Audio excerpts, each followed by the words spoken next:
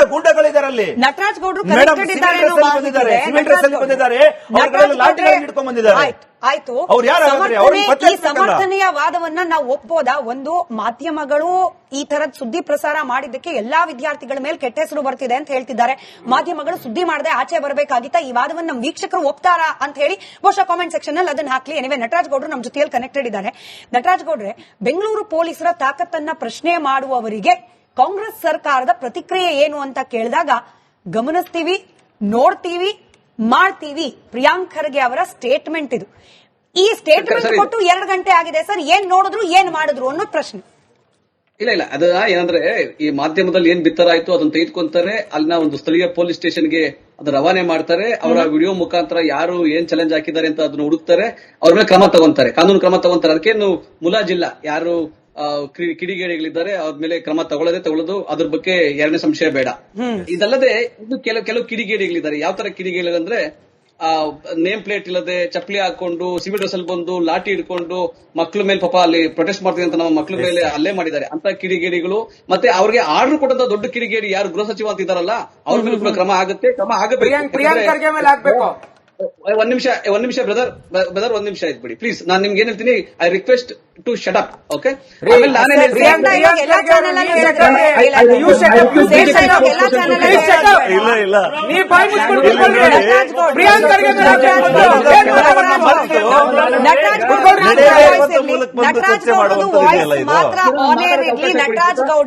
ನಟರಾಜ್ ಗೌಡ್ರೆ, ನೀವು ಸರ್ಕಾರವನ್ನ ಪಕ್ಕಕ್ಕಿಟ್ಟು ಫ್ಯಾಕ್ಟ್ ಗಳನ್ನ ಮಾತನಾಡಿ ಅಂತ ಹೇಳಿ ವಿನಂತಿ ಮಾಡ್ಕೊಳ್ತಿದ್ದೀನಿ. ಮುಂದುವರಿಸಿ.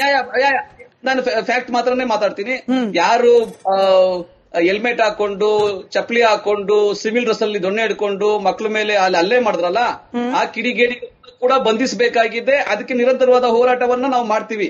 ಯಾರು ಪೆಲೆಟ್ ಬಂದೂಕವನ್ನ ಉಪಯೋಗಿಸಿ ಮಕ್ಕಳಿಗೆ ಶೂಟ್ ಮಾಡಿದ್ರಲ್ಲ, ಅವ್ರ ಮೇಲೆ ಕ್ರಮ ಆಗಬೇಕು ನಾವು ಒತ್ತಾಯ ಮಾಡ್ತೀವಿ.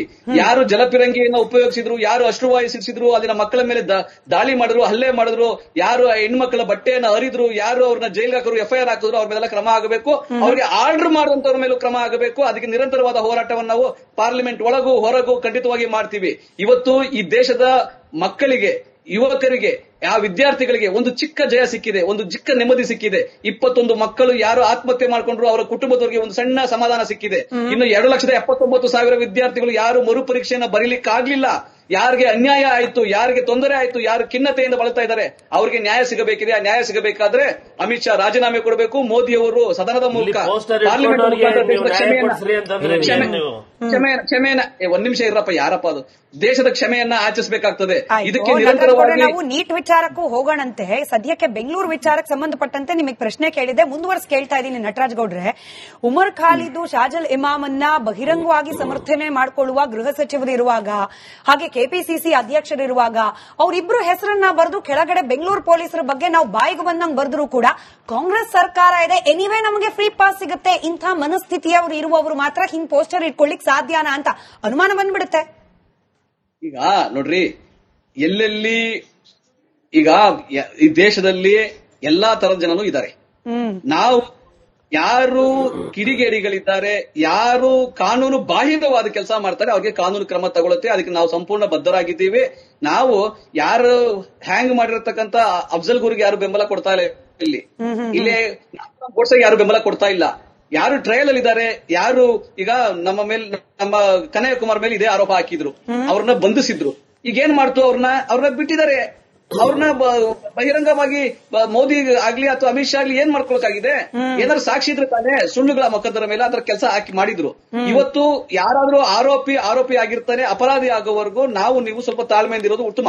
ಎರಡನೇದು, ಯಾರೇ ಪೊಲೀಸ್ ಮೇಲೆ ಯಾರೇ ಒಂದು ಚಾಲೆಂಜ್ ಮಾಡಿದ್ರೆ ಅವ್ರ ಮೇಲೆ ಪೊಲೀಸ್ ಸೂಕ್ತವಾದ ಕ್ರಮ ತಗೊಳುತ್ತೆ. ಅದಕ್ಕೆ ಸಶಕ್ತವಾಗಿದೆ.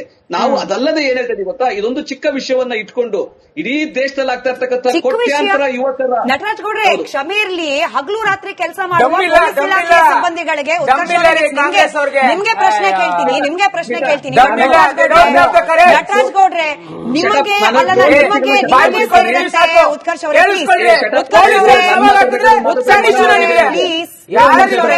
ಉತ್ಕರ್ಷ್ ಅವರೇ, ಒಂದ್ ನಿಮಿಷ ನಟರಾಜ್ ಗೌಡ್ರೆ, ನಿಮ್ ಇಡೀ ಸರ್ಕಾರದ ಮಂತ್ರಿಗಳಿಗೆ ಅವರ ಮನೆ ಮಂದಿಗಳಿಗೆ ಕಾವಲು ಕೊಡ್ತಾ ಇರೋದ್ರಿಂದ ಹೇಳಿಬಿಟ್ಟು ರಾಜ್ಯದ ಜನರಿಗೆ ಕಾವಲು ಕೊಡ್ತಾ ಇರುವ ಪೊಲೀಸ್ ಸಿಬ್ಬಂದಿಗೆ ಅವಹೇಳನ ಮಾಡೋದು ನಿಮಗೆ ಸಣ್ಣ ವಿಚಾರನಾ ಸರ್?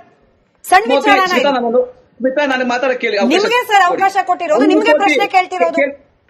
ಕೇಳಿ 1 ಕೋಟಿ ವಿದ್ಯಾರ್ಥಿಗಳು ಈ ದೇಶದಲ್ಲಿ ಪ್ರೊಟೆಸ್ಟ್ ಮಾಡ್ತಾ ಇದ್ದಾರೆ. 1 ಕೋಟಿ ವಿದ್ಯಾರ್ಥಿಗಳು ಇವತ್ತು ಯಾರೋ 100 ಜನ ಅಥವಾ 20 ಜನ ಅಥವಾ 5 ಜನ ಏನೋ ಒಂದು ಮಾಡ್ತಾ ಇದಾರೆ ಅಂದ್ರೆ ಅಲ್ಲಿ 1 ಕೋಟಿ ವಿದ್ಯಾರ್ಥಿಗಳ ಒಂದು ಜನಕ್ಕೆ ನೀವೇನ್ ಮಾಡ್ತೀರಿ ಅನ್ನೋ ಪ್ರಶ್ನೆ ಸರ್. ಈ 1 ಜನದಿಂದಾನೇ ವಿದ್ಯಾರ್ಥಿಗಳ ಪ್ರತಿಭಟನೆ ಬಗ್ಗೆ ಪ್ರಶ್ನೆ ಹೇಳ್ತಿದೆ. ಅವ್ರಿಗೆ ನೀವೇನ್ ಮಾಡ್ತೀರಿ ನಿಮ್ ಸರ್ಕಾರ? ಇದು ಪ್ರಶ್ನೆ ಇರೋದು.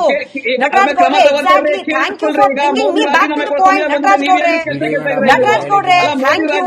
ನಟರಾಜ್ ಗೌಡ್ರೆ, ಥ್ಯಾಂಕ್ ಯು. ನಟರಾಜ್ ಗೌಡ್ರೆ, ಥ್ಯಾಂಕ್ ಯು. ಕೇಳಿಸ್ಕೊಳ್ಳಿ ನಟರಾಜ್ ಗೌಡ್ರೆ, ನೀವು ಹೇಳಿದ್ ಕರೆಕ್ಟ್ ಇದೆ.